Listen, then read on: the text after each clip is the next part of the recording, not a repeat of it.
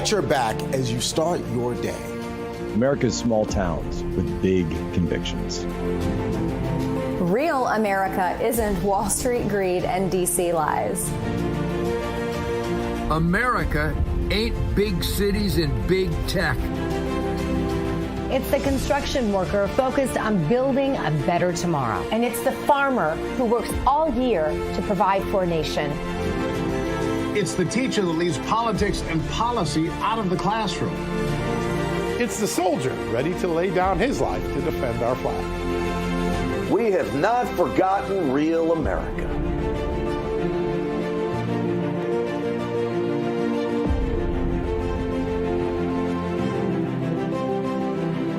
This is Real America, where we put our faith in God and our families first. You send a message, we play to win. All right, folks, so there's a gay pride crosswalk in Spokane, Washington, and I guess it got vandalized. Now, you shouldn't vandalize any gay pride crosswalks, but look at the reaction to it. These are my fellow citizens that live here. I know it was called vandalism, but it was hate. It's how we show up for each other in our families, in our homes, in our communities, in our neighborhoods. We got to show people some love. Really, you're crying over this? You know how much vandalism goes on across the country? You know how much vandalism went on during the Black Lives Matter riots? I wasn't crying or blubbering about it. All it did is motivate me more to go out there and win elections to push the country in the right direction. It's going to do it for us, folks. Get some rest this weekend, and we come back fighting strong on Monday. Stinchfield's Army rolls, folks. See you next week.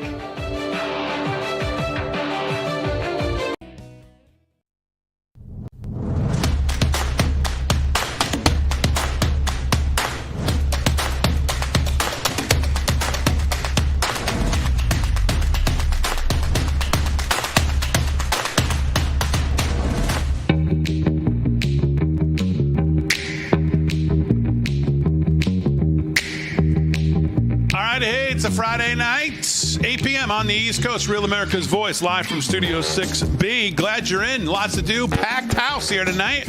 Slick Rick's going to be doing sports. Slick, welcome back after your night off. How was your event? It was good to be back. The event was phenomenal. Well, you picked an interesting night to be off. Kidding. I in a way, it was good not to be on the show. Plus, you didn't need me here. We had so much to cover. Yeah, I'm sure. Well, no, we always need you here, first of all. And people like to hear you talk about politics. I do. Besides sports. You're probably the most political person I know, which is actually funny because we don't think of you like that on this show. But people love when you talk politics. You're right. So welcome back. Glad you had a good event last night. Rick Delgado's here. He's going to do some news. Mr. Delgado, how are you? I am well.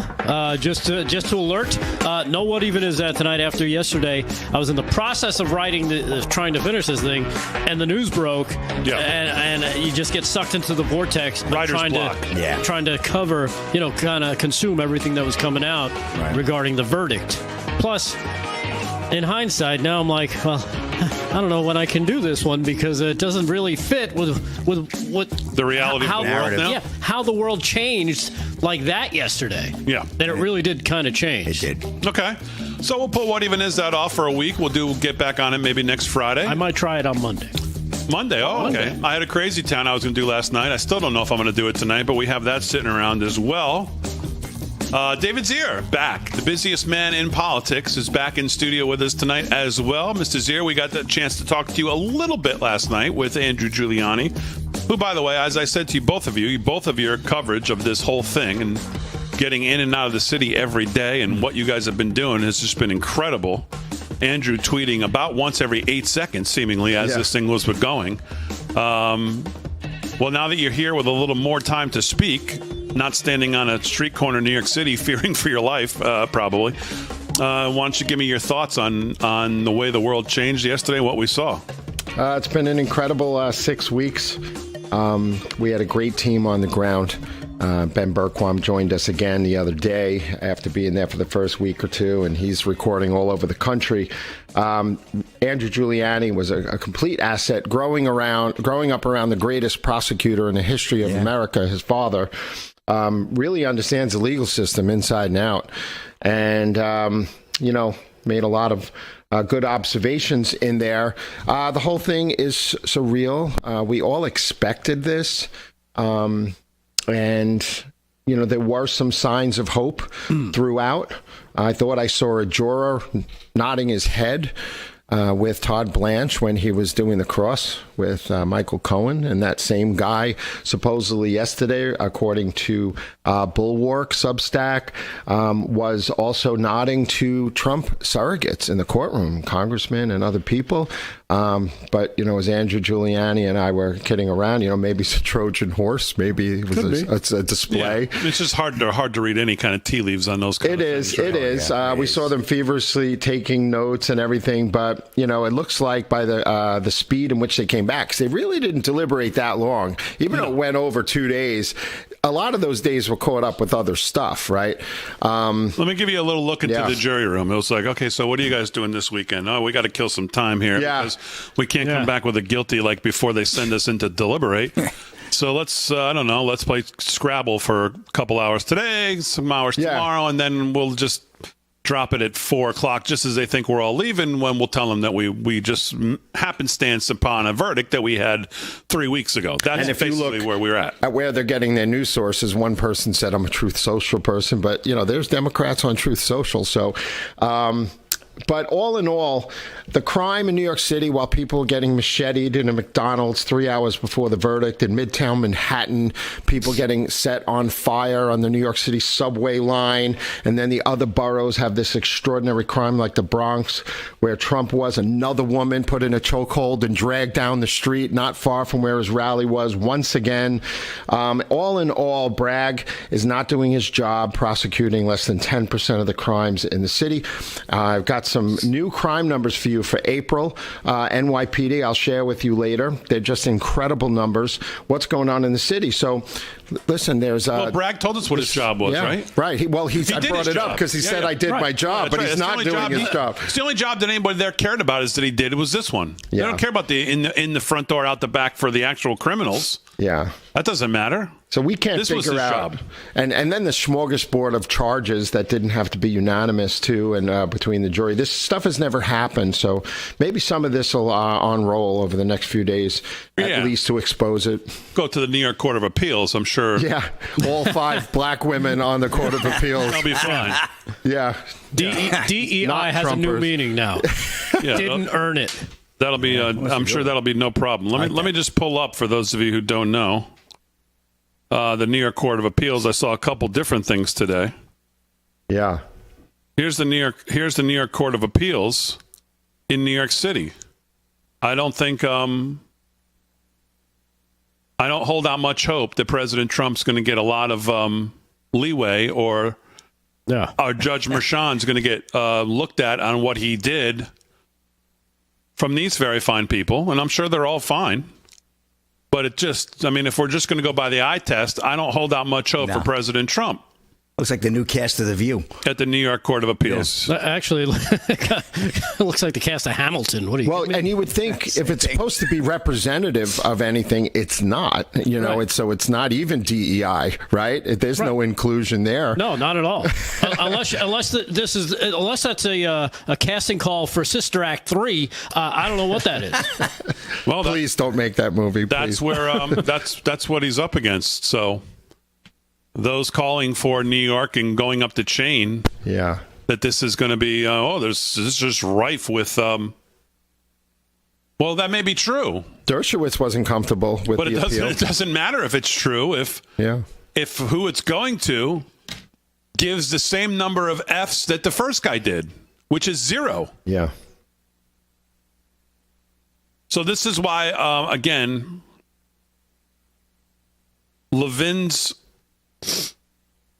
I don't know what you want to call it. I guess his plan or plea to the Trump team to look at getting to the Supreme Court immediately, and while you're, it's kind of the all of the above strategy. Yeah, okay, you go through the process in New York, but obviously there's little to zero hope of anything happening in any appeal in New York, I imagine. But in the meantime, you have to make the case to try to get this thing out of the quagmire of New York and get it to this in front of the Supreme Court. And how do you do that? Well, you have to make the case. You can't just throw your hands up, as he says, and says, wow, they're not going to take it. Well, I mean, you're going to miss 100% of the shots you don't take. That's a guarantee. Mm-hmm. You miss those. And as he said today, now that the media is basically all in agreement, we talked about it last night. Mm-hmm. And when I first said it, people in the chat were like, oh, Damon, are you out of your mind? That he's going to get jail time. They're going to go for it. 100. Anybody who thinks this judge just did what he did through this trial and he didn't put his thumb on the scale. He sat and stepped on the damn scale with all his might right in our faces. And he didn't care that we saw what he was doing going, hey, I'm not so sure about that. He was giving us the double bird as he was doing it. That's how much he cared. If you think he's going to do all that to now turn around and play good guy and take into consideration what you would take into consideration, and this is a former president, this is the leading candidate, he's going to say, 34-0 calls for this. You know, here in New York, we follow the law. We follow the rules. Mm-hmm. Yeah, sure. We do what New York penal law calls for when it comes to sentencing. Now, if you throw Molotov cocktails at police cars, then, maybe we're going to have some... They did follow the rules after they created a fake crime, right? So it's all about the basis for it was fake, but they followed the rules since then, right? Right, but they don't follow the rules for other criminals in New York, is my point. So if you throw a Molotov cocktail at the police car, then when it comes to, it's in the front door, out the back, and then no bail, and don't worry, you murdered somebody, well, we'll put you on the street again. That's all well and good in New York. But now here, watch out. This is letter of the law. Don't worry, every T is going to be crossed, every I is going to be dotted, and as much as I don't like to do this, it's just out of my hands. This is the judge, and this is what's going to have to happen. And so Levin says, to further underscore my point, now that everyone's talking about facing possible jail time, an effort needs to be made to get this matter before the Supreme Court. We now have a situation where a single acting state judge, a thoroughly conflicted Democrat, is going to determine if President Trump is free to campaign. It is bad enough, the fact that this event has already significantly changed the campaign and the justice system in this country, but to allow it to persist, get worse, and further enshrined in our system requires the intervention of the Supreme Court. And I have to tell you, I think his argument, if they're paying any attention to what is going on, is quite compelling. Now, no one knows what the court would do. And I think the chances at best are probably 50-50. At best. Yeah. But I don't think that's a reason not to make the case. Yeah, you have to make the case. I think the case for equal protection of all voters is quite compelling in this situation. If you compare it to why they stepped in 2000 down in Florida. But what the hell do I know? Nothing. But he knows a lot. And he says, make the case. However you have to do it. And again, you're going to miss 100% of the shots you don't take. So it's time to take the shot. And I think someone like Will Scharf or somebody over there on that team is certainly smart. Well, Will Scharf, I think, is pretty sharp, pretty brilliant. I caught up with him yesterday. We had a great conversation. I'd like to have a conversation with him about this. Yeah. Got to get him on the show. That's what we got to try to do. But I would think he'd be very open to listening to this idea and at least get some opinion on what he thinks the realities of that is, of taking it there. You know what I noticed as well, Damon, is that your idea seems to have caught fire. Epstein's sheet on X, on Twitter, posted this, and this was a retweet of somebody else. Let's not pretend Merchan didn't schedule Trump's sentencing for July 11th conveniently before the RNC, which you said on July 15th. The RNC should make a move, reschedule the convention to July 1st, and nominate Trump on July the 4th. Well, I said second through fourth last night. Yeah. So I did. I have seen that idea now a lot of places today. I think you were first. Well, I don't. What? I don't know that I was first. We came on right after everything happened. Yeah, I know. You were fired up. I was. You were spitting vinegar, as they say. Yeah. Bull in a china shop. Got a lot of good feedback on it. And this morning, people were talking about it. Piece of that gem, which I agreed with. I never agree with you on anything. I liked the idea. Matter of fact, I want to steal it. If you don't take credit for it, I'll take it. I'm sure somebody out there must have said it earlier in the day, or I don't know. Or there's a lot of people watching this show, one of the two. Yeah, ripping you off. Who don't want to admit it. They're ripping you off. Hoo, Robin. All right, just getting started on a Friday night. We're back. Slick news, sports, Delgado, Zier, Harry on the highway in the house. Coming up.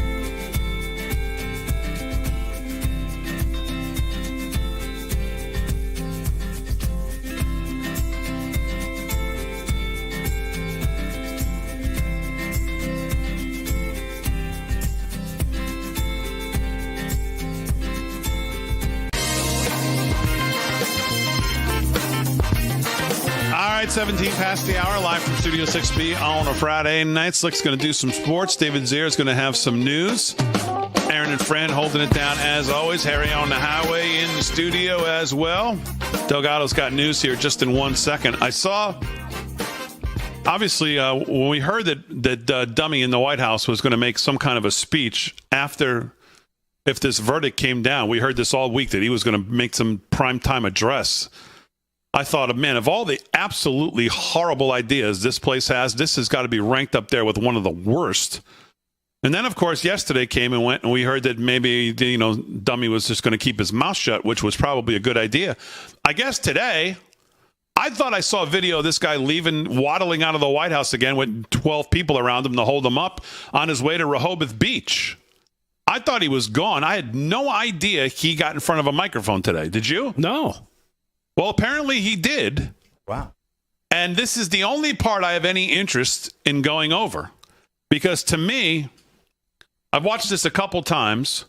I can't tell by the voice who I think this is who asked the question. But this is either purposely set up by the White House. I can't figure this moment out. I can, because this is his way, I think Biden's way of sneakily saying something without saying anything. But just take a look at this at the end of this press conference or whatever the hell he did. Mr. President, can you tell us, sir, Donald Trump refers to himself as a political prisoner and blames you directly. What's your response to that, sir? It's so weird. Do you think the conviction will have an impact on the campaign? We'd love to hear your thoughts, sir. Should he be on the ballot, sir? Oh, that was Mr. President, so can you tell... Unfortunately, what you didn't hear this first... Mr. President, can you tell us, sir, Donald Trump refers to himself as a political prisoner and blames you directly. What's your response to that, sir? Okay, so you tell me. Smiles? I don't know why that audio didn't work the first time. Yeah. Donald Trump refers to himself as a political prisoner, and he blames you, sir. And that's his response. That grin. Yeah. And now, Mr. President, can you tell us, sir, Donald Trump refers to himself as a political prisoner and blames you directly. What's your response to that, sir? Do you think the conviction will have an impact on the campaign? We'd love to hear your thoughts, sir. Should he be on the ballot, sir? Are they controlling him? Was he in? I was going to say, is he in Westworld? Or a robot or something? Like somebody was moving the thing, they stopped him, they turned his head slow, and then they a little grin. That's like the only telling moment of the whole thing that you needed to watch was that 30 seconds right there. That's crazy. That's insane. That is insane. That look is really bizarre. It's actually sinister. Like we got him. It's sinister. Yeah. Like Oh, no, I'm sorry. I forgot. I listened to Shannon Bream the other night. Biden has nothing to do with this, guys. Oh, I really? totally forgot. Yeah, there's no evidence. I forgot. Colangelo, he only took a $200,000 pay cut to leave being the number 3 at the Department of Justice to go work at Alvin Bragg's office just because he thought that was, that'd be like Shannon Bream going from Fox to work at Rick Delgado's news station and thought, oh, yeah, no, this is a good move. This is much better than Fox. What are you talking about? Totally. No one would leave the Department of Justice, the number 3 guy, and go work at Alvin Bragg's office in New York City. I think I'm insulted. So I'm looking back at the day's events of yesterday and the day before, and all throughout the trial, the prosecution seemed unafraid or not worried about anything. But I saw David Jarmel Harris, I think his name is, one of the prosecution team members, and they were getting sandwiches at the deli. They were laughing. And then I saw Colangelo go up to David in court, and they were kidding around. They were all giddy, and I'm like, oh man, it's like something's up. That was the day before yesterday. It's like they all knew. Too chummy. Yeah, it was a little weird. Yeah, so that moment from this whatever he did today is just. Man, sick, right? Yeah. Sick. Did you say sinister, Slick? Yes. Yeah. That was a sinister look. Sinister. That is a great word. He looked like Simon Bar Sinister. Right, exactly. Right? That is the, Simon says, go snow. That's an evil look. That's sinister's the best way to describe it, but evil. That is the epitome of what you might see after coming he sniffs from a 9-year-old. Coming from after having his way with showering with his daughter and his wife being, hey, how long were you in there? What was going on? And yeah. Don't worry, honey. It was just running water. I was showing her how to use the soap. Of course. That's what it was. That's what it was. Let's leave it at that. What? It's not like it's not real. It's in court papers. Right. She admits that's her diary. What do you write in your diary? Things that happen to you. And you keep them as a little thing. And which has been authenticated. Right. It's been authenticated by her. And the Secret Service and the FBI by going after these people and putting them in jail. Is that where they got the name for the shampoo? Gee, your hair smells terrific. I guess. Oh, my God. Maybe. I don't know. Maybe he uses Johnson & Johnson. Yeah. All right, let's do some news. On Here with the News, sponsored by 7 Cells, is Rick Delgado. What's going on? Or what else is going on? Let me say that. What else is going on? I don't know. Slip that one in there. I did, didn't I? Anyhow, hey, here's something that is going to slide right underneath, and it happened yesterday. It slid right underneath, kind of all the hoopla. And again, this is part of what they do, right? They use these moments to kind of slip past the stuff that they don't want you to be paying attention to. What I'm talking about is this report. I've seen it all over, but I'm going to use the CNN version of it. Biden gives Ukraine permission to carry out limited strikes within Russia using U.S. weapons. I think we have the headline here. See it for yourself, because this is not fake. This is real.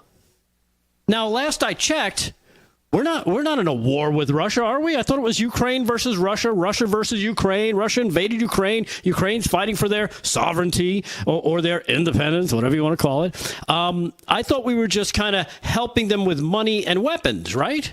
Maybe pillows and blankets and you know, maybe snack packs, whatever they need. Just tons of money. But now it looks like, according to the headline, is Joe Biden like the commander-in-chief of Ukraine?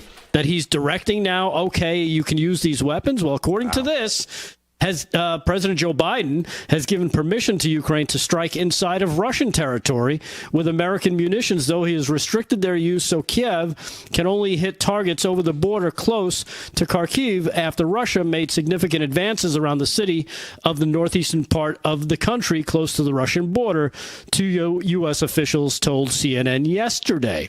Kind of weird that, hey, now that everybody's focused on this, let's crank up the little more war machine over here while nobody's paying attention. The president recently directed his team to ensure that Ukraine is able to use those U.S.-supplied weapons for counterfire purposes. So Ukraine can hit back at Russian forces hitting them or preparing to hit them. The loosening of the restrictions marks a break from long-standing policy and comes amid growing international pressure from close U.S. allies, but it is limited to the area around Kharkiv, and Ukraine has not requested permission beyond that, like they would ask for permission. They'd go ahead and do something and then ask for forgiveness later. That's how this whole thing works. I think the Ukrainians have been using the ATACMs, the ATACMs, since last year, they're American-made, striking inside Russia. But now they're giving them permission to use getting HIMARS. Yeah. Right. So top U.S. diplomat said the request went to Biden, and he approved their use for that purpose. When asked if the door was open for the U.S. to allow Ukraine to strike further into Russia, crank up this war, this chance for World War III a little bit more, Blinken said the U.S. would continue to adapt and adjust moving forward. So that sounds very positive, doesn't it? As we move towards World War III. Thanks, Joe. All right, more news, sports, all coming up. Live from Studio 6B right after this.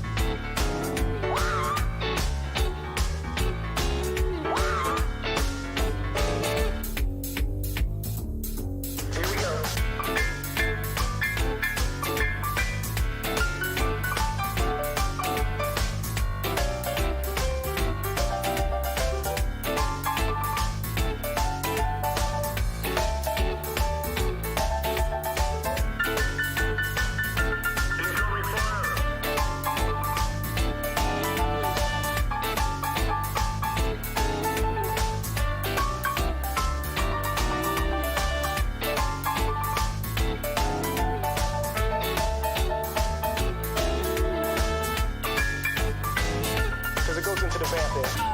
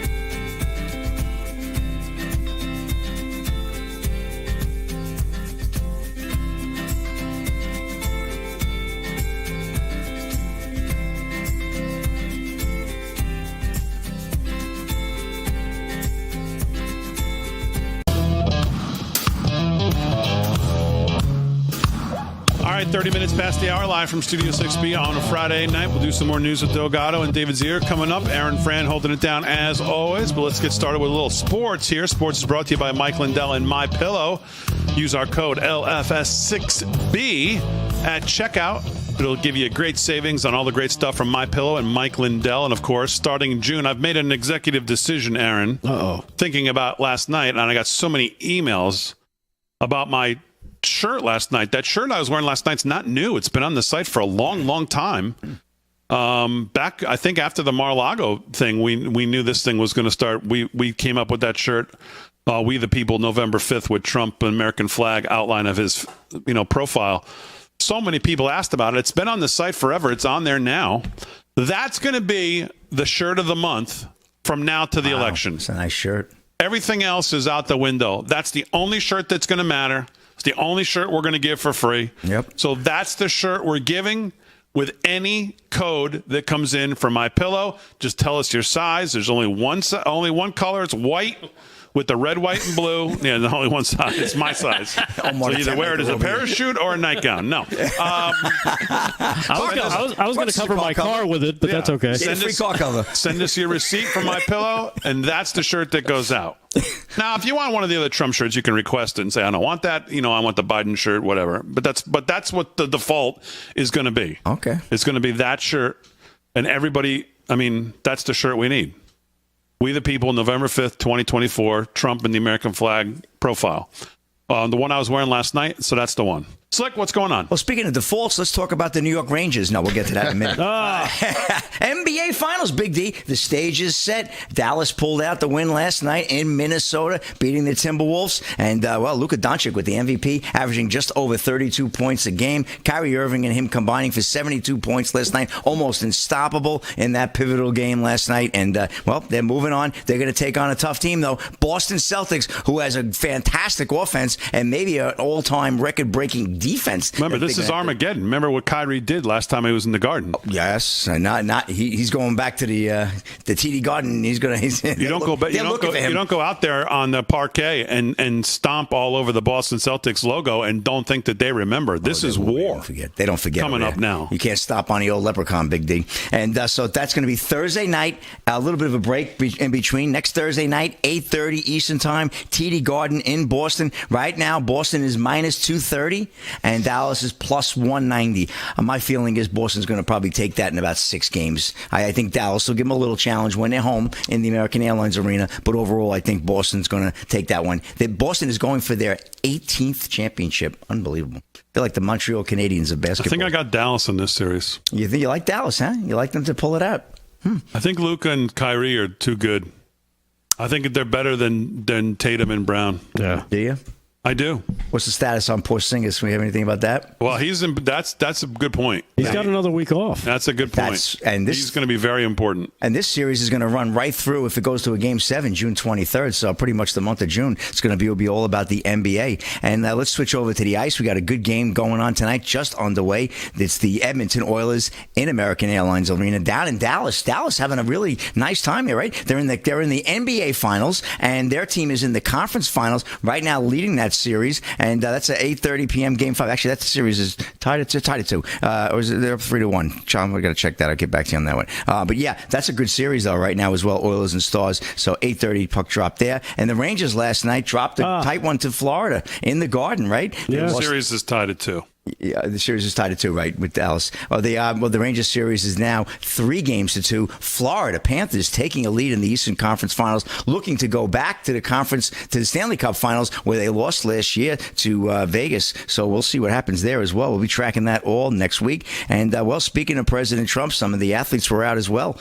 This one's a good one too. Former NFL player Brian Urlacher pledges to vote for Donald Trump, calls verdict fake charges. This is Warner Todd Houston at Breitbart. NFL Hall of Famer Brian Urlacher has announced his full-throated support for Donald Trump in the wake of the verdict in the former president's Manhattan business records trial. After Trump was convicted in the controversial trial, the former Chicago Bears star jumped to his social media to pledge his support for the former president. Urlacher wrote, "Doesn't matter how many fake charges they find him guilty of, he still's got my vote. Trump 2024." He also posted a selfie with Trump showing the two standing on a golf course. Urlacher's post drew approval from the ex-president's son, Donald Trump Jr. Urlacher spent his entire 12-year career with the Chicago Bears after graduating from the University of New Mexico. During his 182 games in the NFL, the 8-time Pro Bowler started in all but 2 of them and amassed a record of 1,361 tackles and 41 sacks. He retired in 2012 and then was inducted into the NFL Hall of Fame in 2018. As he was on the way out of the office in 2021, Donald Trump pardoned Brian's brother, Casey Urlacher, who was facing federal charges and a sports gambling investigation. So a little bit of a relationship there. But I think, I know Brian Urlacher is echoing the sentiment of many people. And you know what? Good for him to having the chutzpah, so to speak, to go out and put it on social media, because a lot of people, they want to hide behind that. They don't want to risk any endorsements or any potential autograph signings. They don't want to alienate themselves. We all understand that. But bottom line is we need more people like Brian Urlacher to come out for the president as well, because all these things are going to have meaning. Just like you got De Niro out there, against Trump, we need these people to come in and counter it. So I want to report these stories whenever I see them, Big D, when it has anything to do with my arena, and that would be sports. And with that, I'm going to throw it back to you. It's a wrap in sports. All right, Slick, very good. Sports is brought to you by Mike Lindell and MyPillow. LFS6B is the code to use. Let's go to the host of Breaking Point, Saturday mornings, 8 a.m. right here on Real America's Voice. And that, of course, is one Mr. David Zier. Mr. Zier, what's going on? Hey, how's it going, everybody? I'm glad to be back on the set here with you guys. I just wanted to bring up the Libertarian National Convention we covered in D.C. last weekend. Chase Oliver, who is an open LGBTQ advocate, pro-abortion, pro-open borders, wants to give amnesty to illegals, took the stage after Trump came off, and our mouths dropped when he was bashing Trump. You killed innocent people in Syria and all this stuff. But it got even worse because he didn't win the straw poll. Michael Rechtenwald, who is also a writer, used to be very liberal on economics, and now he's more conservative. But he was another one who got up there and he was bashing Trump, and someone in the audience said, "How high are you?" And it didn't make sense to me at the time, but I'm reading an article that says he said not high enough, which meant the real story is that he was eating edibles before he got up there and spoke. And it's just such an embarrassment, because if you're, a libertarian, and a lot of conservatives have libertarian tendencies on issues. We want economic liberty. We want economic freedom. We want security. We want individual rights. They should be with Trump in the sense that they don't like what's going on with Trump and the persecution and the weaponization of government against people going to church, and the FBI becoming like the new KGB. But it was just such an embarrassment. The convention was so embarrassing. I was like cringing over there.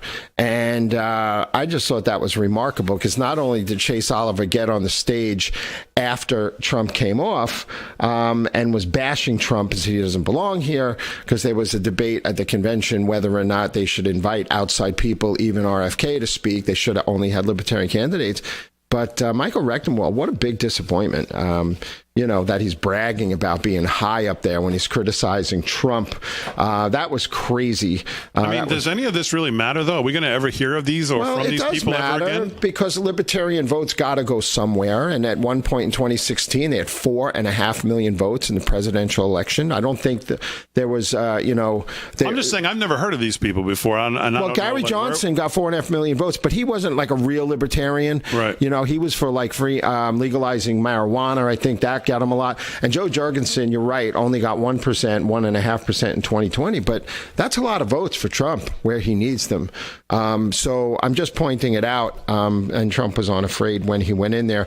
And I just wanted to bring up some Was there ever a world that Trump would ever be able to pull those votes, though? I mean, he seemed like he didn't get a great response there. I heard Dave Smith talking about basically every newspaper the next morning were all in agreement that, yes, Trump came and nice of him to come talk, but we pretty much hate him. Well, I don't know how true that is overall, because I was in there in that room and it was about 30% MAGA who just came to hear Trump speak. But then there was like 60-70% were libertarians in there, and about half of them, I would say, were booing Trump. But there's a lot of egos. Libertarians like to pride themselves on single issues, freeing Julian Assange, freeing Ross Ulbricht, on economic theory, Austrian economic theory, staying liberal on the social issues, but conservative fiscally. So I think when they get in the voting booth that they're going to be like, oh my God, we're not going to just flush the country down the toilet. We're going to want Trump in there instead of Biden or whoever that's going to be. Right, guys? But yeah, so I think it's important. I think it was important that Trump showed his face because he did have a great speech there and did offer them a senior administration official post and a cabinet position, and talked about Julian Assange and said he would commute the sentence of Ross Ulbricht, along with a number of other things, and getting away from central bank digital currency, which is a big issue with them. So I just thought it was disgraceful the way they behaved, because even Dave Smith got up there before Trump and said, show respect for Trump. You might not agree, but hear him out, right? They're acting like animals, but it wasn't all of them. It was a good chunk. About 30%, I think, were booing. All right. And I just wanted to bring up some new crime numbers, and I'll have more news for you guys later. In New York City, CompStat 2.0 and the New York City Police Department released April numbers. Now, year to date, there's been like 26,000 felony and misdemeanor assaults combined in New York City, 545 women raped as of about 4 weeks ago. Since the beginning of the year, 4,733 cars were stolen in New York City since January of this year. And we know the categories of robbery, hate crime, other things have gone up. So even though murders down and shootings are down a little, but these numbers in April are pretty eye-opening, while Alvin Bragg is going after political, ambitions. And then we have a new number here in New York City. For April, hate crimes were up 39%. Now, they were up about 8% year to date. But in April alone, it's up like 40%. Rape, robberies, also up significantly in the month of April. And that's what's going on in New York City. So we're seeing heinous type crimes, and they got to stop it. And, last night, we're down in Manhattan every night for the trial. The crazies come out. You see them walking around on the street, but at night, you have to get out of there, So, because they're curled up in the corner yelling at you when you go by, and everybody's crazy. A lot of mental illness in the city. So they got to clean it up. That's why Harry fits in so well. I was going to say, boy, you guys are at home. Spending more time there, I noticed. Yeah, but I'll have more for you later, guys. All right, very good. David Zier, host of Breaking Point, 8 a.m. right here Saturday. Oh, Harry. What? Harry? You know what? Harry has every opportunity that was a to come softball on. right down the middle, man. Exactly. I just served it up. Bam! beach ball, never mind softball. All right. Don't make fun of Harry. Live from Studio 6B. We're back right after this.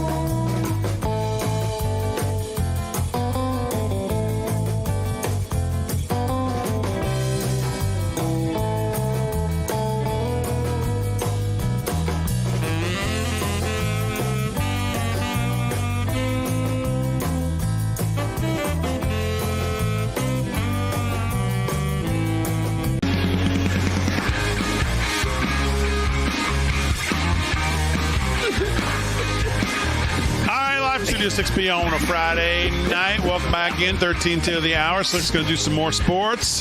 David Zick's got some news. Rick Delgado's got some news as well. So I think most people right now are kind of in a place where they're like, okay, so like what's next? What do we do? And if you're watching, a full-throated plan on where he thinks we need to be, and I agree with almost everything he says on where we are. But, the one thing I will say, I hear Kash Patel, who I love, obviously. I hear Bannon, who I love, talking about the Republican Party and still questioning kind of like where, everything seems like, where is this? Where's that? Where are the subpoenas? Where is this? And I do the same sometimes, but I guess more recently I've been catching myself and just thinking, why are we even wondering? I saw, what set me off on this today is I saw a tweet from Michael Steele, and I thought to myself, this guy, That guy? used to be the head of the RNC. So you think back, Michael Steele, John Boehner, Paul Ryan, and then you could take it through today to all the Republicans. You need a ream of paper to put them all on there. Why do we question still why people of today, and I know people think of Jim Jordan and Comer, and they think of some of these guys differently, but I don't know why everybody still seems so shocked that in the end, it's really they don't really do much. Strongly worded letters, good TV appearances, nice tweets. But we keep catching ourselves thinking to ourselves, well, where are these things? I mean, just go through where we are in this party.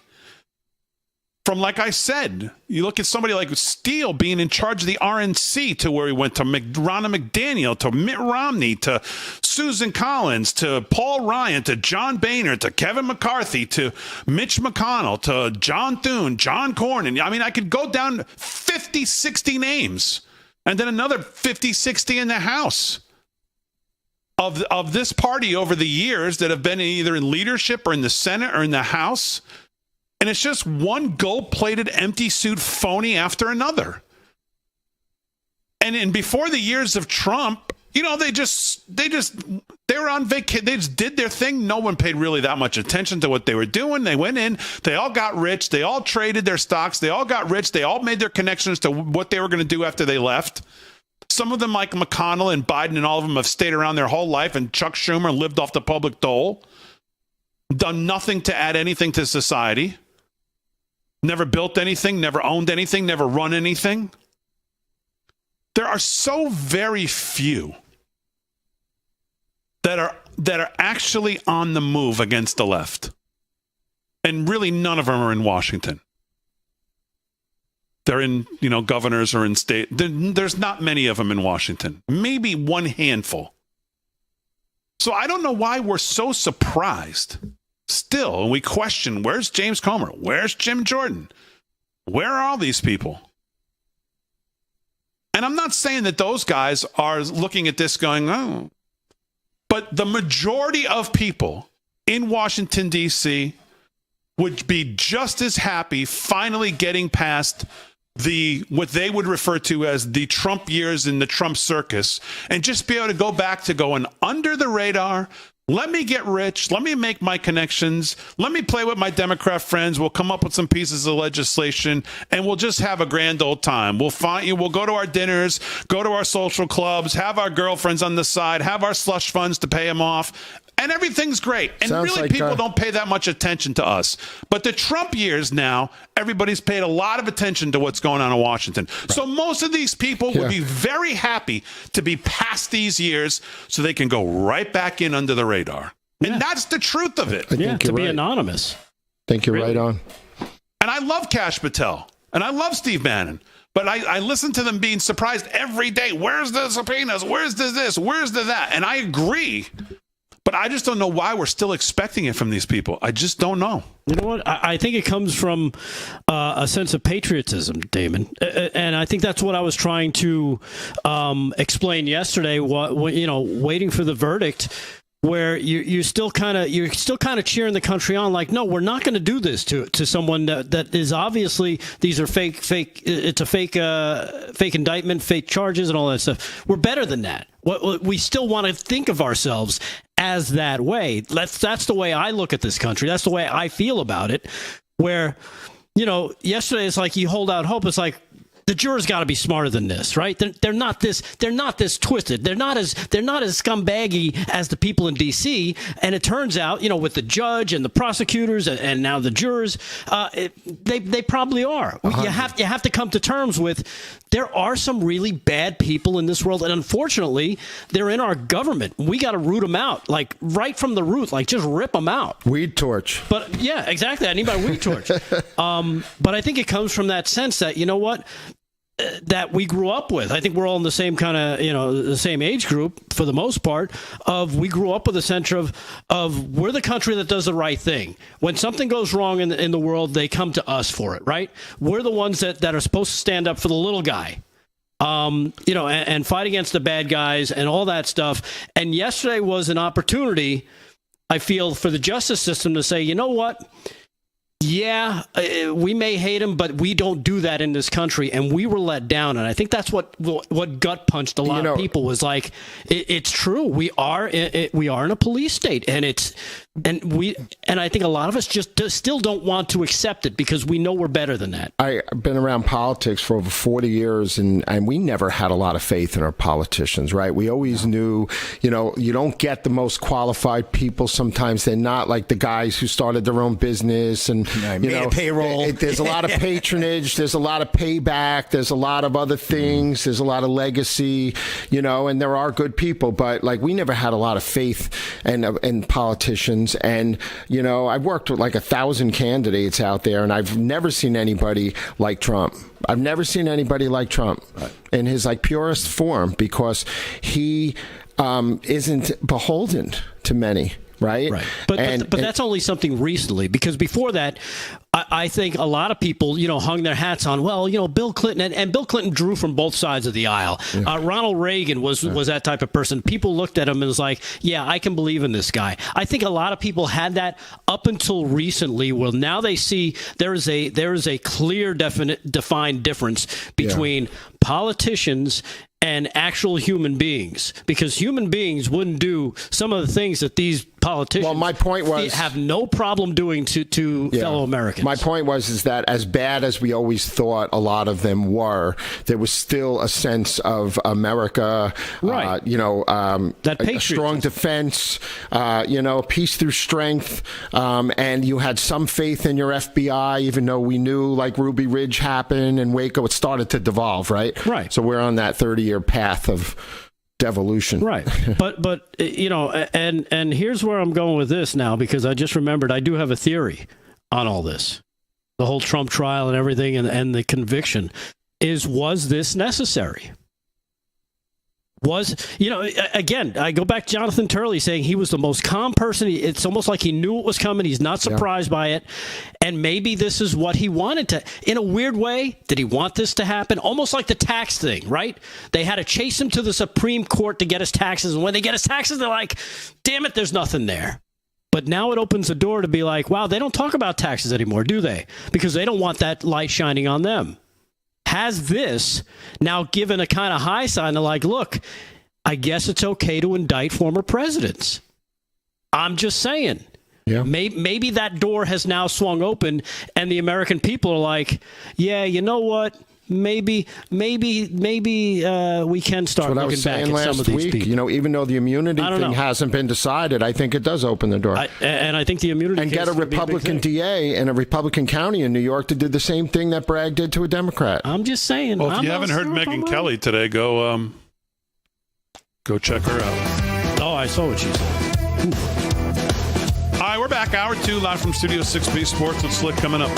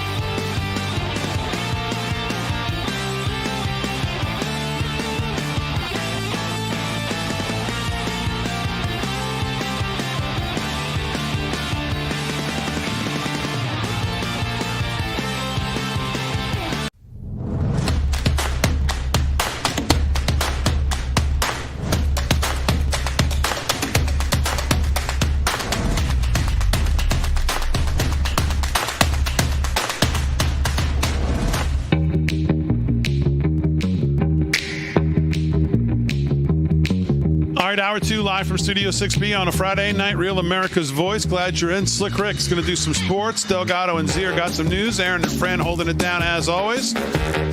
I think people wake up today and obviously this morning thinking, well, what now? What's happening now? Right. And I got a bunch of stuff on that today, some great opinions from some different people. But the one I want to start with is from Josh Hammer in Newsweek. He's a brilliant lawyer. If you haven't seen him on, I think he was on today with Daniel Horowitz. They had a great discussion about some of this exact stuff. And this is not, again, just a lawyer. This is a guy who's practiced lawyer at a major global law firm. He clerked on the U.S. Court of Appeals for the Fifth Circuit. I think he's on the bar in Texas. He's obviously published multiple pieces, legal scholarship on constitutional law. Really knows what he's talking about. Article 3 Project. Working with Mike Davis. Newsweek, I think. So he knows a thing or two about what he talks about. And he says today, I've been doing my part to sound the alarm on District Attorney Alvin Bragg's sham prosecution and eventually show trial of Trump ever since the George Soros-backed lawman first dropped his ludicrous 34-count indictment over a year ago. There are far too many technical deficiencies in Bragg's case, quote-unquote, to say nothing of the grotesque manner in which the presiding judge comported himself at trial. But for the present purposes, the key point is this. None of those details matter. None of them. The key point following Thursday's first ever criminal conviction of a former U.S. president, are threefold. First, the Democrats' long march to get the nefarious orange man by any means necessary, beginning with the 2016 election cycle, has finally worked. There was the Russia collusion hoax birthed by the failed Hillary Clinton campaign, laundered through Fusion GPS and the Tony law firm Perkins Coie.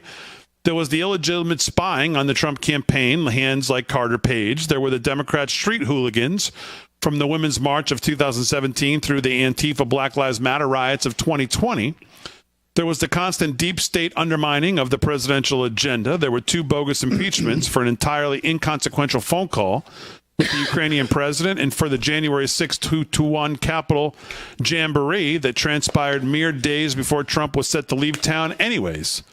Most recently, there was the August 2022 pre-dawn FBI raid at Mar-a-Lago and all of the multi-state lawfare that has followed. And now, here we are. Secondly, American patriots of all political stripes must come to terms with the current fallen state of the nation. The prosecution and future incarceration of political opponents on trumped-up, no pun intended, charges is third world, tin pot dictatorship, banana republics type stuff, pure and simple. Americans sometimes read about foreign nations whose partisans succumb to their instincts in terms of attempting to jail political opponents. Indeed, it almost has the whiff of a medieval setting. A king deposes his arch rival and then condemns the vanquished foe to rot in the Tower of London. The idea that jailing one's top political rival, and in an election year no less, could happen in the land of the free and the home of the brave would have struck many of us in the not-so-distant past as so ludicrous an idea to even contemplate.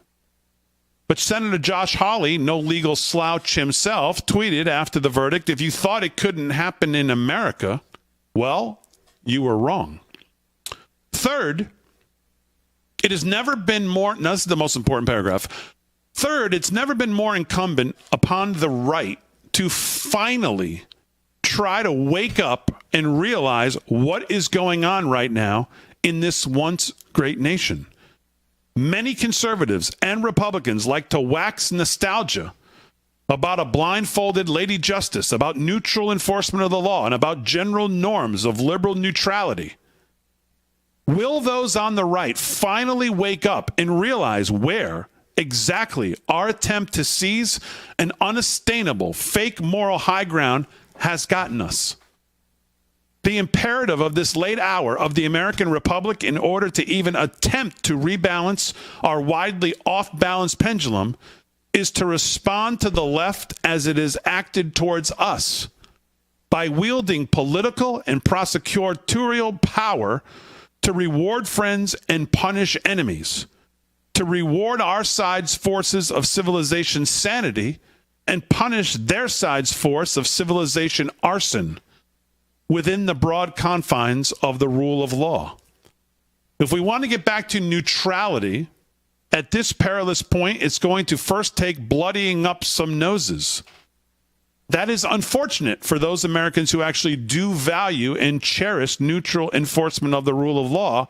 But yet again, I say, here we are. Above all, it's imperative that the right not bat an eyelash.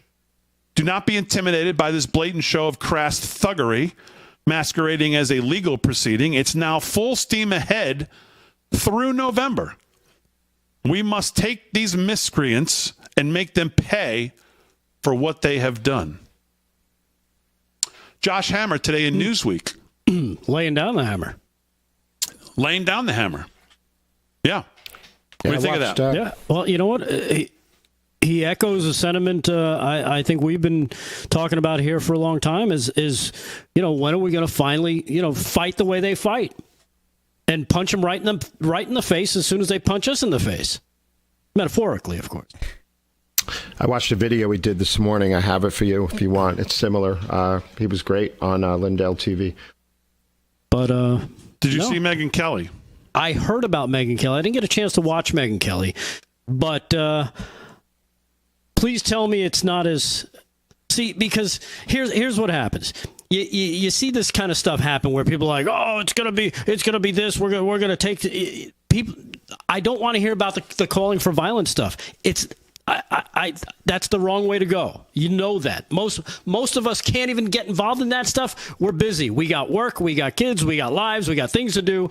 We don't have time to march down the street like we're chasing Frankenstein's monster. That's not what we do. The way we're going to handle this is by the rule of law, and I mean by not doing the things that the left wants us to do, which is they want to be able to label us as lunatics, as stoking violence, as all that stuff, is to beat them at the ballot box and beat them so hard that they don't come back for at least 2 cycles. And by that, I just mean by voting. Yeah. Here's a little bit of Megyn Kelly today on her very fine podcast. This whole scheme, and here it is the proper word, is corrupt. It's a before and after moment for America. What just happened today is a line we can't uncross. And these Democrats will rue the day they decided to use lawfare to stop a presidential candidate. I'm not talking about violence. I'm talking. It's going to be Joe Biden. It could potentially still be Barack Obama. Still potentially be Hillary Clinton. We're going to have to look at what the statutes of limitations are on the various crimes they surely committed. We're going to have to look at passing laws to revive those dead crimes, felonies or misdemeanors, so that those cases can be brought out of time. That's what may be in the interests of justice, just like they did for E. Jean Carroll with a New York State law that was passed so that she could sue him. That's what happened. Turnabout is fair play. And John Yoo, an amazing lawyer who worked in the Bush administration, Department of Justice, has a great piece out today talking about how that's the only way they'll learn.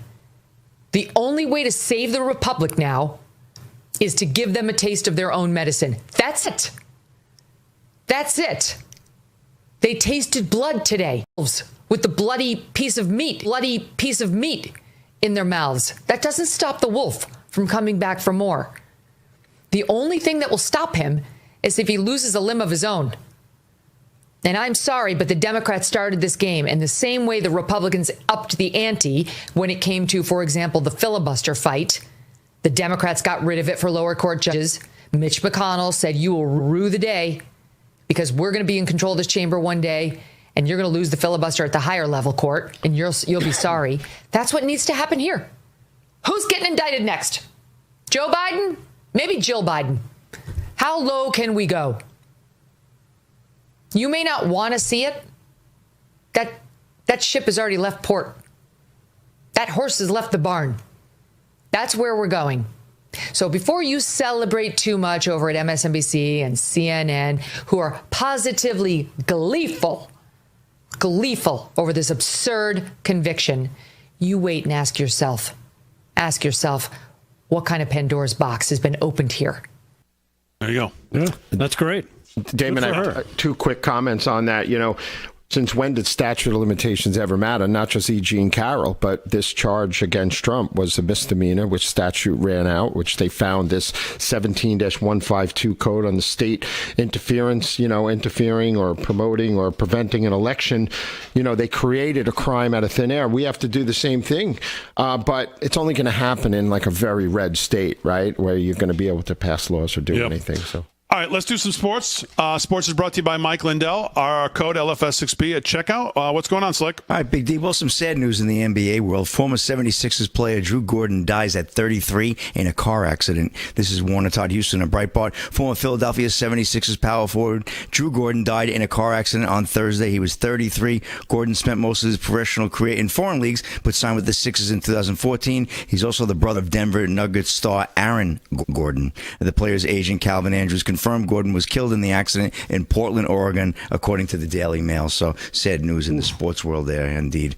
And, well, here we go. We got the big White House trip coming up, and Harrison Butker expected to join Kansas City Chiefs during White House visit amid criticism of Biden. Warner Todd Houston of Breitbart. The story that won't die. Harrison Butker, right? Kansas City Chiefs kicker Harrison Butker is expected to join his team Friday on a visit to this White House to celebrate the Super Bowl championship, despite the player's strident criticism of Joe Biden's presidency. I did not see a tape of that yet. I don't know if we have anything we could pull up. Biden is set to visit with the team, and when asked if Butker would be joining them, Chiefs head coach Andy Reid told reporters, "Oh, I'm sure he will." Yeah, CNN reported. All will be watching the event, though, for many uncomfortable moments between Butker and the president after the kicker had very harsh words for Biden's destruction of the country during the May 11th commencement address given to the graduates at the private Catholic institution in Atchison, Kansas. During his comments, Butker bashed Biden for pushing dangerous gender ideologies onto the youth of America. He's correct. An apparent reference to Biden's dedication to the radical transgender movement. He also slammed DEI initiatives and called Gay Pride Month as a celebration of a deadly sin. So we'll see how that turned out. But Butker also went on to urge the women in the audience to think seriously about having a family and not to forgo that just for a career, and told men to embrace their masculinity. He added that his own wife would agree that having a family was more important to her than living in a career in business. So Harrison Butker at the White House shaking hands with Joe. All right, we'll do some more sports when we get back. We'll do some news with Rick Delgado as well, coming up live from Studio 6B on a Friday night.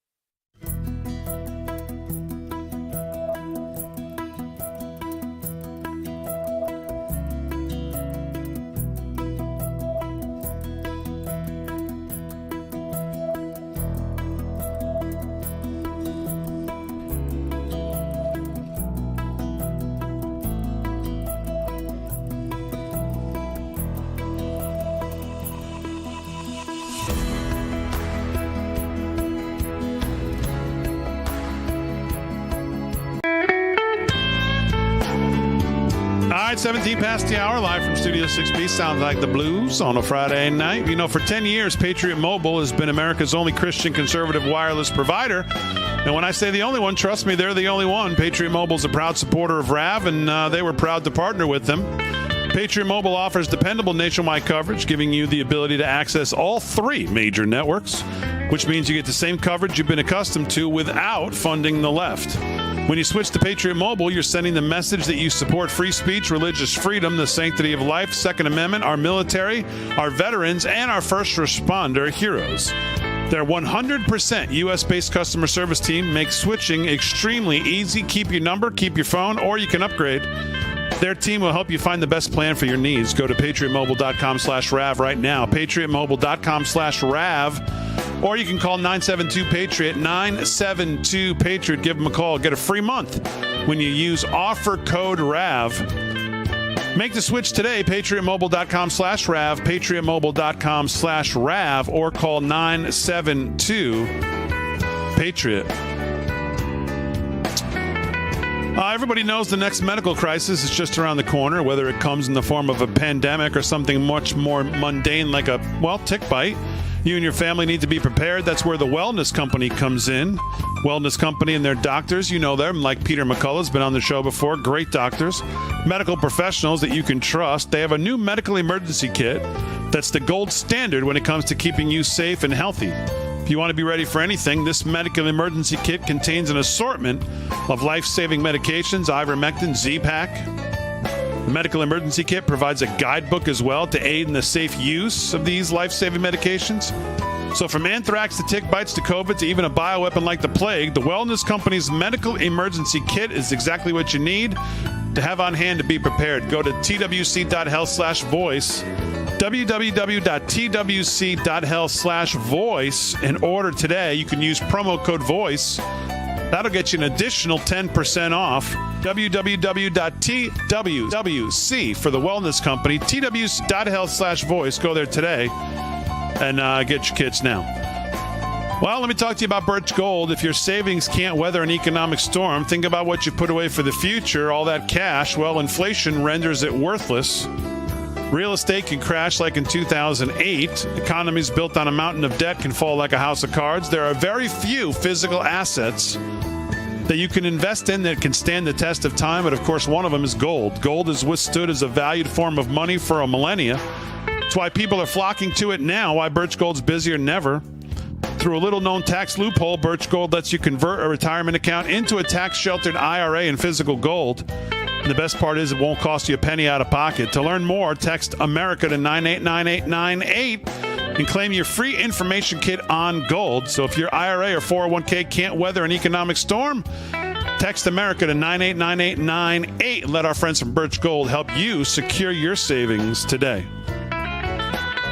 All right, 19 past the hour, live from Studio 6B. Let's do some more sports and hear what that is. Slick Rick Ammirati, what's going on, Slick? All right, Big D. Well, networks see surging ratings for games involving Caitlyn Clark. This is Warner Todd Houston and Breitbart. WNBA star Caitlyn Clark is steamrolling over her critics, and despite a constant stream of attacks by woke sports writers and her fellow players, she is still setting massive records for viewership on TV. Clark and her Indiana Fever helped 5 separate networks rack up new viewership records so far this season. Even in her final season at the University of Iowa, Clark was bringing record numbers of viewers to TV.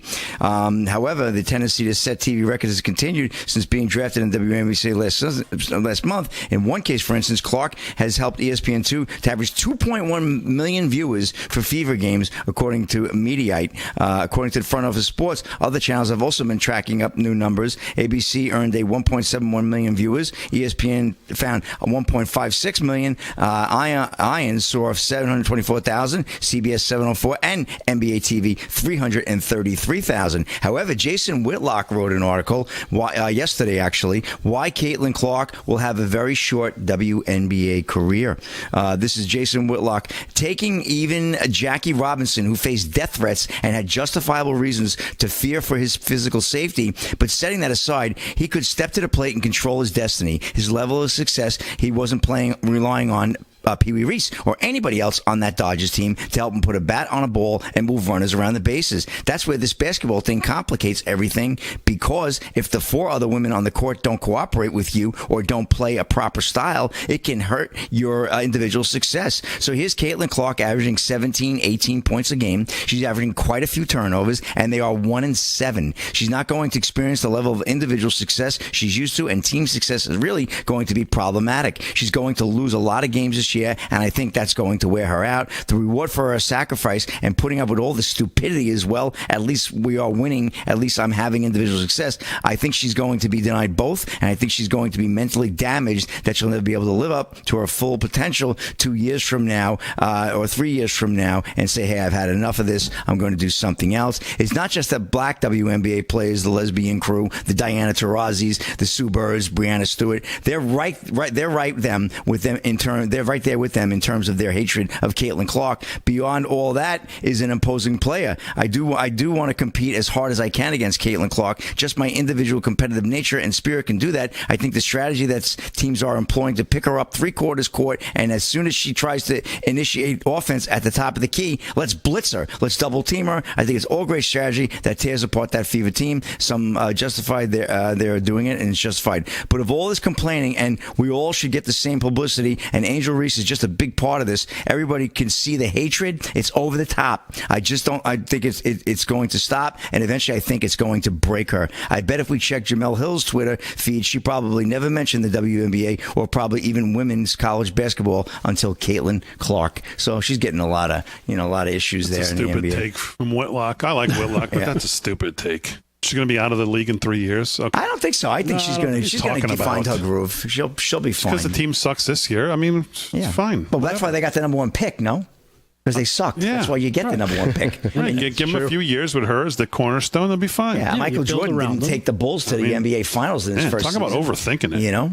It took them, 8 years to get to the finals? Yeah, it took them nearly a decade, for goodness sakes. All right, anything else? That's a wrap in sports, Big D. I'll get you a couple stories. All right, very good. Let's do some news with Rick Delgado. What's going on, Delgado? All right, well, I only have time for really one story, so let's get to this one. We got plenty of time when we get back. When we get back. Hunter Biden's gun trial, remember this D-bag? Well, he is set to hit his trial starting Monday amid this tense election season. While one trial involving the former president is of course ended, or it's close to ending because they still got to do the sentencing. Another involving the current president's family is about to start. Hunter Biden's criminal trial could add fuel to an already explosive election season. The first criminal trial for the president's son is set to begin on Monday in Delaware. He's facing federal charges related to gun purchasing and lying about drug use to buy a weapon on federal forms back in 2018. The president visited his late son's beau's widow, Haley Biden, who Hunter was sleeping with up until just a few years ago, days before she's set to testify. Hunter was dating Haley at the time of the alleged crime, which she was involved with. It's poor decision-making, according to former White House Press Secretary Kayleigh McEnany, talking about the Biden visit, calling it very bad optics. The White House said it was a visit about the 9th anniversary of Beau Biden's death. That's all it was. She's family. He never visits her, so why would he visit her 3 days before instead of the day of? Who knows? She's married, obviously, to his late son. And, of course, when asked about this, White House Press Secretary Karine Jean-Pierre, the stupidest woman in the world, when asked about the visit, denied it was to talk about the upcoming trial. So we'll see what's happening. The trial could drum up embarrassing details of Hunter's life. From what I understand, they are going to be allowing certain details from the laptop, including his drug addiction, divorce. Joe and Ashley and Dr. Jill are going to go over this on Sunday night with him, so don't worry. Yeah, I'm sure they'll turn the shower on. They'll jump in the hot tub together. They're going to have a big family powwow and go over what to say and what not to say. And don't you worry about it. Yeah. Don't ask any questions either, by the way. Witness tampering?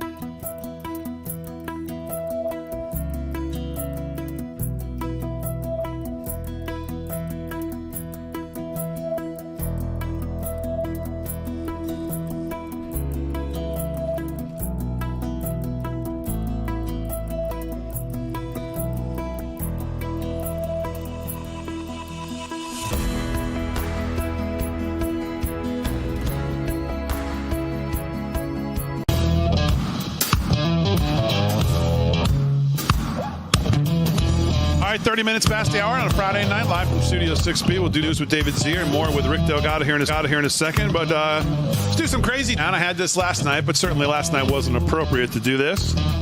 But we'll run it tonight since we have it because, by next week, there'll be some more delusion of this guy to put together for Crazy Town. So Biden was out and about yesterday before the verdict. He was talking in Philadelphia, pandering as only he can to a black audience to try to tell him how great he is and how every promises he's made, his promises kept. This is his new slogan now for the African American community.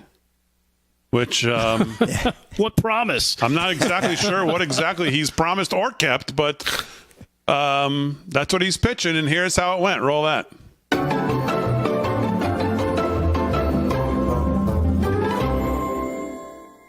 It's good to be almost home. I just live down the road a little bit. Thank you, Kamala, for your partnership. It is a partnership.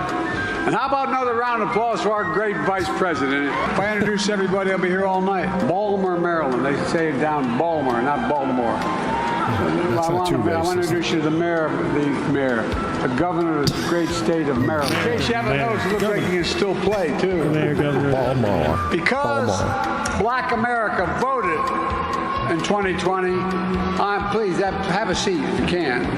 Have a seat. He did it again? So I came today to speak the truth. Well, we're changed that with the Recovery Act right now. I promise to access affordable high-speed internet because now internet is just as important as it was in the days of Franklin Roosevelt. As Kamala just explained, Senator debated this. But you gotta be kidding me! He did not just say that. Debated. Seniors with diabetes are now paying $35 for instance instead of $400. He's scared. They scared him. He's like, who are these people? Kamala says there's some school down in Washington. If, in fact, they're able to change some of the justices when they retire and put in really progressive judges like we've always had, tell me that won't change your life when Trump justices are already gutting voting rights, overturning Roe, decimating affirmative action, and so much more.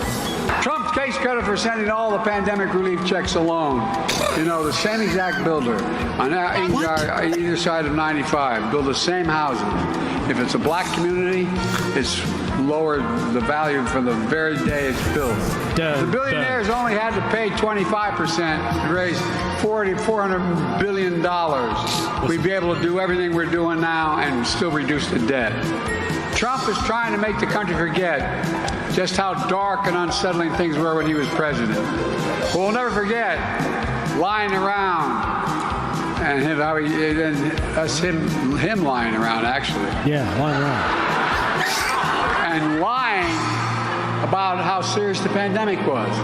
The Trump said lying about. History. Yeah. We're going to write black history because it's American history. To me, the values of diversity, equality, inclusion are literally, and that's not kidding, the core strengths of America. On Memorial Day, I proudly stood with a black man. No, I'm serious. Good for you. What do you think he would have done on January 6th if black Americans had stormed it? Think about this. What do you think would have happened if black Americans had stormed the Capitol? Some did. I don't think he'd be talking about pardons. It's the same guy who wanted to tear gas you. What? As you peacefully protested George Floyd's murder. The same guy Remember the fire? who still calls the Central Park Five guilty, even though they were exonerated peacefully. He's that landlord who denies housing applications because of the color of your skin. He's that guy who won't say Black Lives Matter and invokes neo-Nazi Third Reich terms. What? I've shown you who I am, and Trump has shown you who he is. And today, Donald Trump is pandering and peddling lies and stereotypes for your vote so he can win for himself, not for you. When the full promise of America is not available to every person in this country, regardless of race, we've got work to do. What's at stake is nothing less than the fundamental ideal of America defines America. So my question for you is simple, a simple one. Spread the word. We've come too far from where we started. Nobody told me the road easy. I don't believe he brought me this far, though, to leave me. My fellow Americans, I don't think the good Lord brought us this far to leave us behind. We just have to remember who we are. We're the United States of America, and there's nothing beyond our capacity when we act together. God bless you all, and may God protect our troops. Wow. That was hard to watch. That is Crazy Town, man. That was hard to watch. Is Looney Tunes. That is Looney Tunes Crazy Town, that guy. He is the lo- most single biggest divisive. It's Looneyville. Wrecking ball just out. He is the most divisive. Man, I thought Obama was. And I tell you, this guy gives him a real close run for his money on being the most anti-American, anti-everything we stand for, divisive, purposefully divisive, trying to divide people, class warfare, put everybody in a box. It's just unbelievable, that kind of language. Yeah. Well, I mean, at least Obama could talk, and he made it sound palatable, right? It's a lot of times it was disguised. This is just some angry old guy standing on his porch, yelling at everybody that walks by. Either get off my lawn or you don't belong here. You know, he's the type of guy. He's the type of guy. If you put him in a police car when he was younger, you could get pulled over for driving black. That's the type of guy he is. And we know that because he talked about he didn't want his kids to grow up in a racial jungle. We know this about this guy. And for those idiots in the background to be like, they either are stupid or they're being paid. Yep. It's got to be one of the two. Yeah. He was afraid of midnight basketball. Yeah. Crazy. So his history is very clear. Hanging out with segregationists, we know all of it. The NPR tapes of 1970, we've played it all. We know it all. The busing, his own vice president dismantled him on the debate stage over it. We know who this guy. When he says, Donald Trump's showing you who we are, I've shown you who I. You showed us a long time ago, pal. Yeah. And anyone paying any kind of attention knows exactly who you are. Especially the way he attacked Justice. Put you all back Thomas. in chains. We know exactly who you are. Mm-hmm. You know, vote for me, you ain't black. We know exactly who you are. I mean, we don't need thoughts from you. I mean, the idea that you are going to go make... This guy's lied about what he did in his early years about being a civil rights leader and being involved, and it's totally debunked. He continues to say it. He lies about the easy stuff. He was arrested with Nelson Mandela. I mean, this guy, please with this guy. Yeah. He was raised in a black church, a Puerto Rican church, a Greek church, an Indian church. He was raised everywhere in churches around the country. It's amazing. Yeah, he took a train to the Indian ones. Right. Took a train there. All right, let's do some more news with Rick Delgado, but first let's do a little Breaking Point. The host of Breaking Point, 8 a.m. right here, Saturday mornings. And that, of course, is David Zier. Mr. Zier, what else is going on with you? Oh, so much going on out there. There was this terror attack in Germany against activists who are considered anti-Islam or to the right. And I so saw they say in the news. This is hard to watch. I hope we don't have a video. Well, nobody died, but it's very violent. Fran cleaned it up. Yeah. Okay. Fran cleaned it up. But these are what you'd call your Joe Biden voters who haven't made it to this country just yet. No, I bet a lot of them haven't made it to this country yet. Yeah, unfortunately. So, yep. Attacking an anti-Islam critic. Yeah. Look at this guy with this knife. Yeah.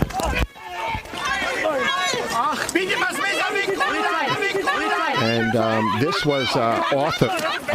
Look at watch this. This next one is the one's vicious. This is. Oh. Yep. Lord. I mean, that's just.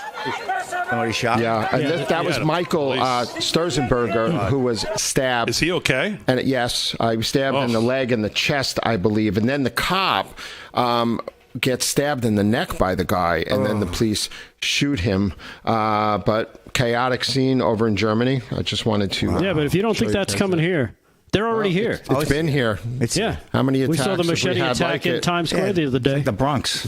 Yeah. So, in the long history of Islamic terror around the country in America. So, new poll out, Damon. Now, I know the likelihood of Trump taking New York is still a fleeting notion at this point, but He's closed the gap by more than half. He lost to Biden by 23 points, I think, in 2020. I think 22 against Hillary Clinton.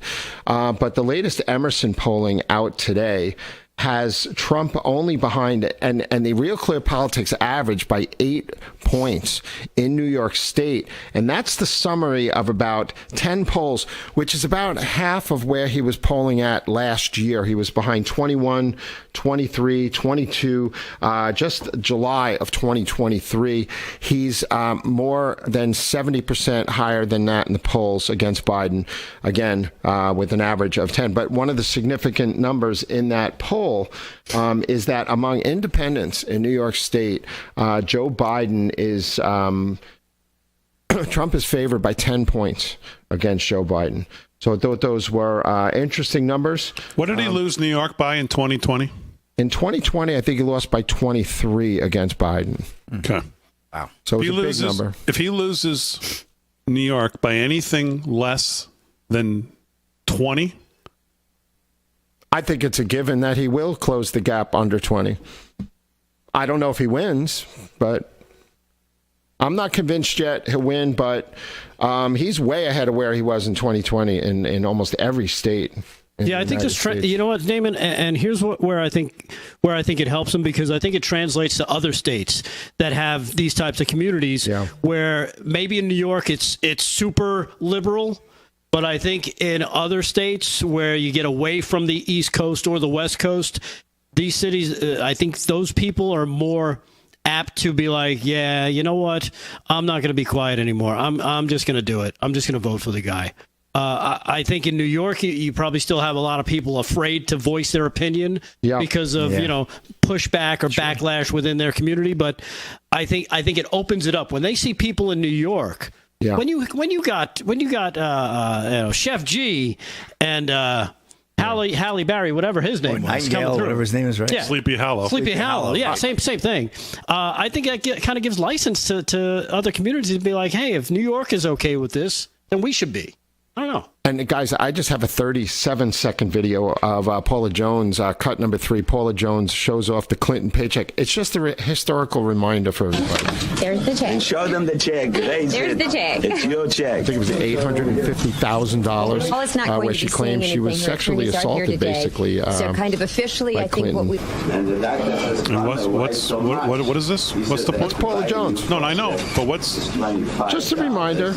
That it's okay to pay someone off. Oh, because of the hush money? But not just that. You know, pay someone. Clinton was accused of raping a newswoman in a room in a studio, lied to the grand jury 37 times about Monica. You can go on, punched Juanita Broderick in the face, gave her a fat lip, according to Juanita. So, these are the real criminals. I will wrap it up. A little more news with Delgado. Sports with Slick coming up.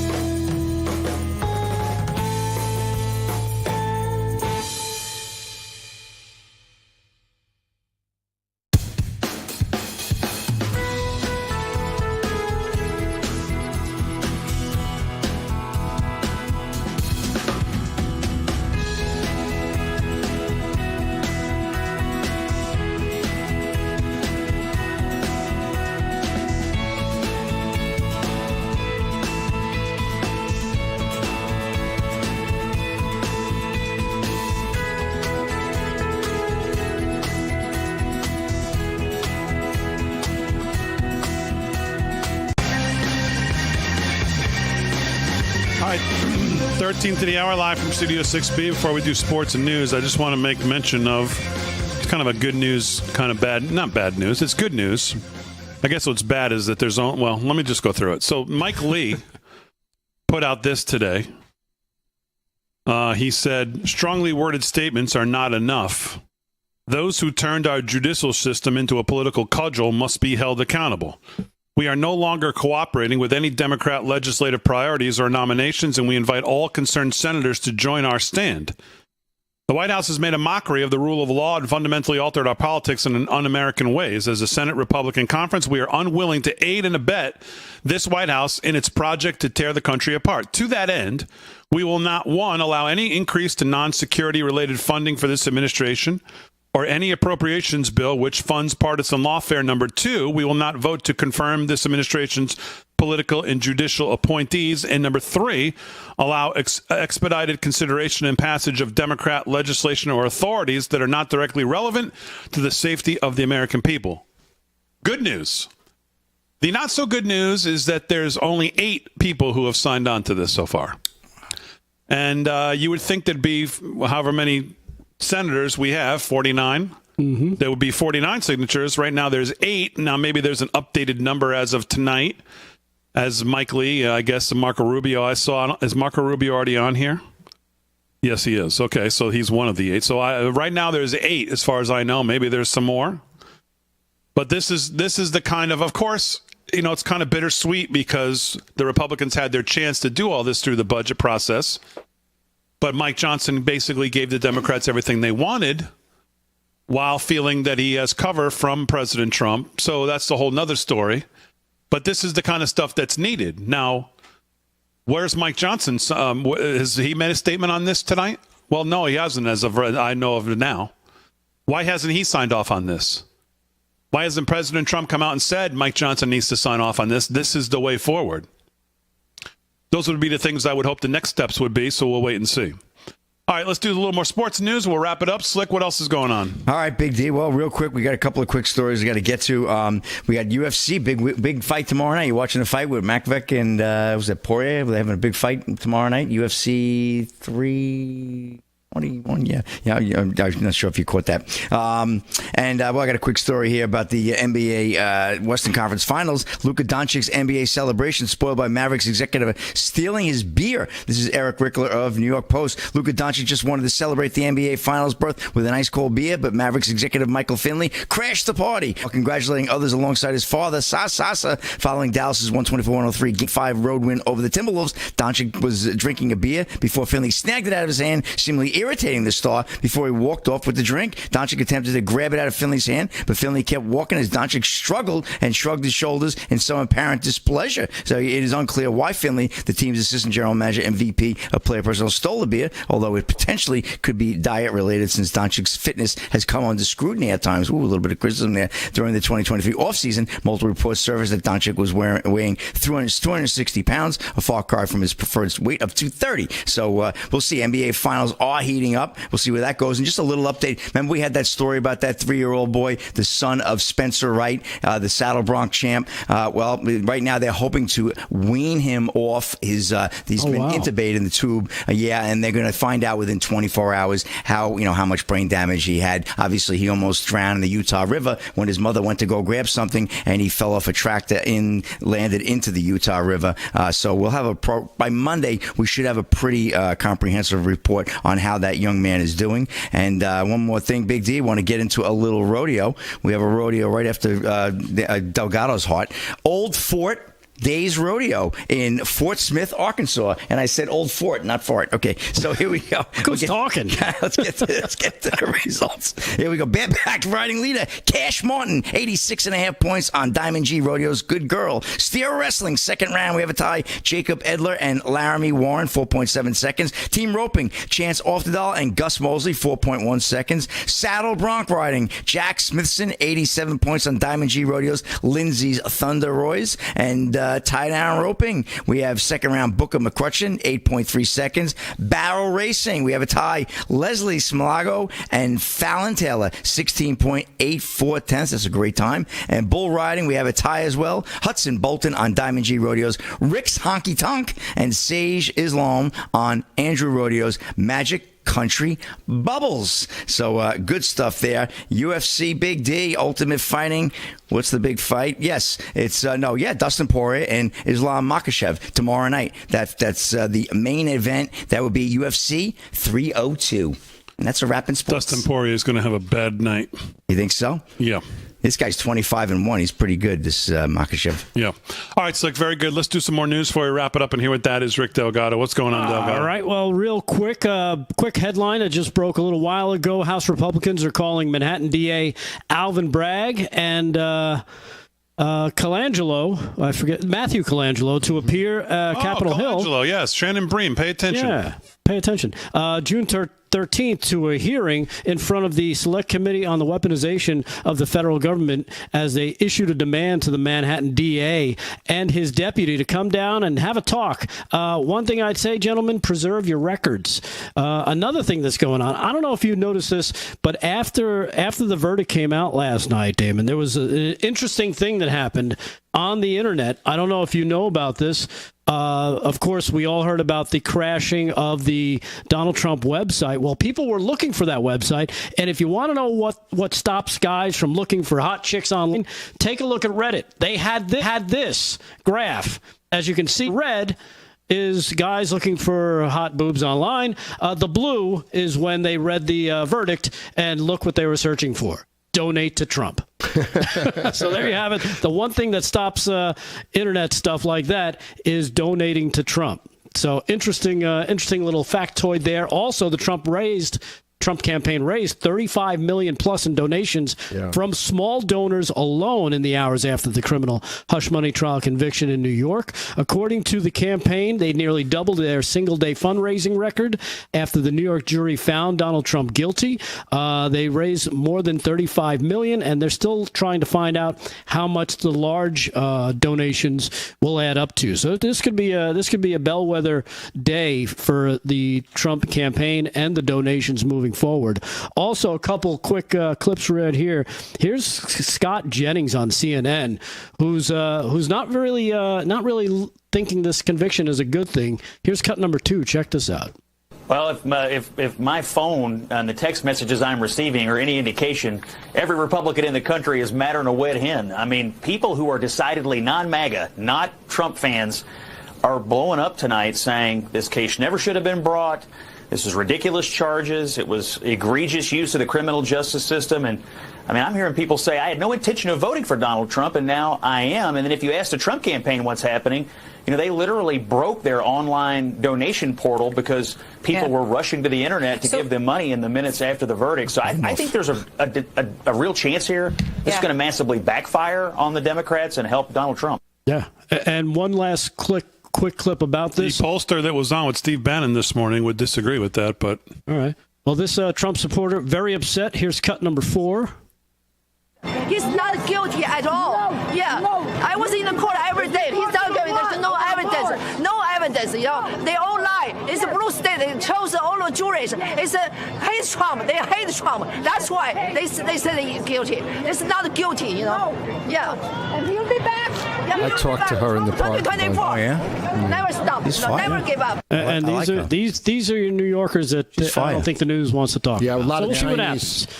Oh, good. A lot of Chinese nationals who escaped communism in the park. Oh, they can appreciate President Trump. Well, unfortunately, we couldn't find one of them to sit in the jury. Yeah. Isn't that amazing? All right, as always, we salute our military, active and active, police, firefighters, first responders, EMTs, everybody on the front lines, everybody protecting us, farmers, truckers, everybody that keeps the country moving. We pray for the President Trump tonight and obviously all weekend. Have a great weekend, everybody. Guys on the show, thanks. Aaron, Fran, great job as always. Everybody have a great weekend. We'll see you Monday night for a brand new week right here, live from Studio 6B.